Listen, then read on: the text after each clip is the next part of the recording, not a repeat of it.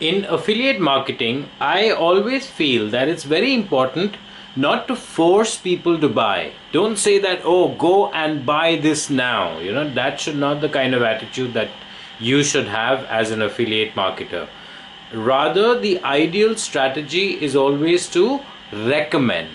Recommend that, okay, this is something good, this is something which you can buy, this is something which you can consider buying, this is something which if you buy it will probably be good, if you buy it's something which will prove to be valuable or useful for you.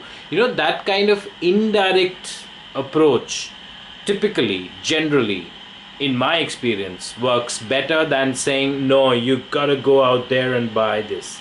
That sort of attitude really puts off prospects. So avoid doing that.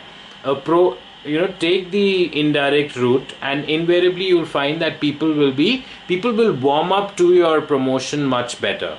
So don't have this direct and thrust worthy kind of an experience where you're thrusting your opinion on others, you're enforcing people to do, because nobody in this world really likes that you need to do this and you have to do it.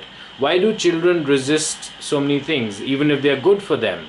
Just because they are told, they're compelled, they're forced, don't eat so many chocolates, don't have so many candies, that sort of thing, and somehow they invariably do those things which they are told not to do. The same thing, same principle in some ways applies to adults as well. So that's why I have this indirect soft approach to affiliate marketing, where you're not compelling people but rather giving them advice that yes, this is something which you can do. So in essence, in the context of affiliate marketing, stick to recommending rather than forcing, and you'll be much better off. Cheers.